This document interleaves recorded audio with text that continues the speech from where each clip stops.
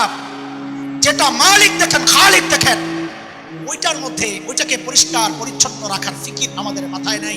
যেটা মানুষ দেখেন, ওইটাকে সুন্দর করার জন্য আমাদের কত টেনশন আর কত নাম্বার মৌলিক ভুল আমাদের। এটা বুঝার জন্য একটু বুঝেন। আমাদের এই বাহিরটা দেখে, আমার চেহারা আপনারা দেখতেছেন, টুপি দেখতেছেন, জামা, তো এই বাহিরটা দেখে মাখলুক মানুষ, আর ভেতরটা দেখেন কে?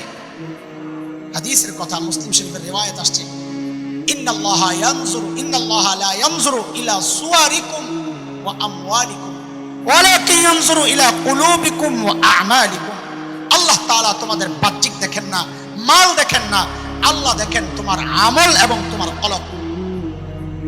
তাহলে আল্লাহ দেখেন ভিতর, মানুষ দেখে, বলেন বলেন, আল্লাহ দেখেন ভেতর, মানুষ দেখে। আমরা কতটা খারাপ চিন্তা করেন। আমিও আছি আসামি, আপনারা মনে করেন আমি আসামি না, আমিও আসামি, আমি আগে বলে নিচ্ছি।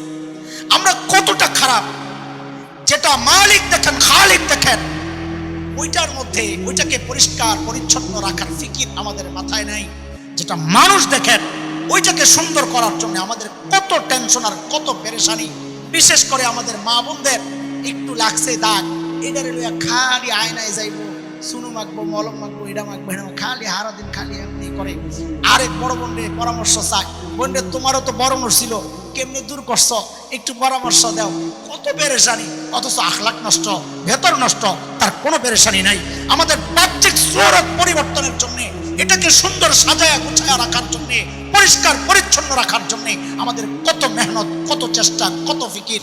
কিন্তু ভেতর সুন্দর করার জন্য, আখলাক আর চরিত্র, আমল আর কলব ঠিক করার জন্য আমাদের মাথায় কোনো ব্যথা নাই, নিশ্চিন্ত জীবন যাপন করছি। কথা ঠিক না বেঠিক?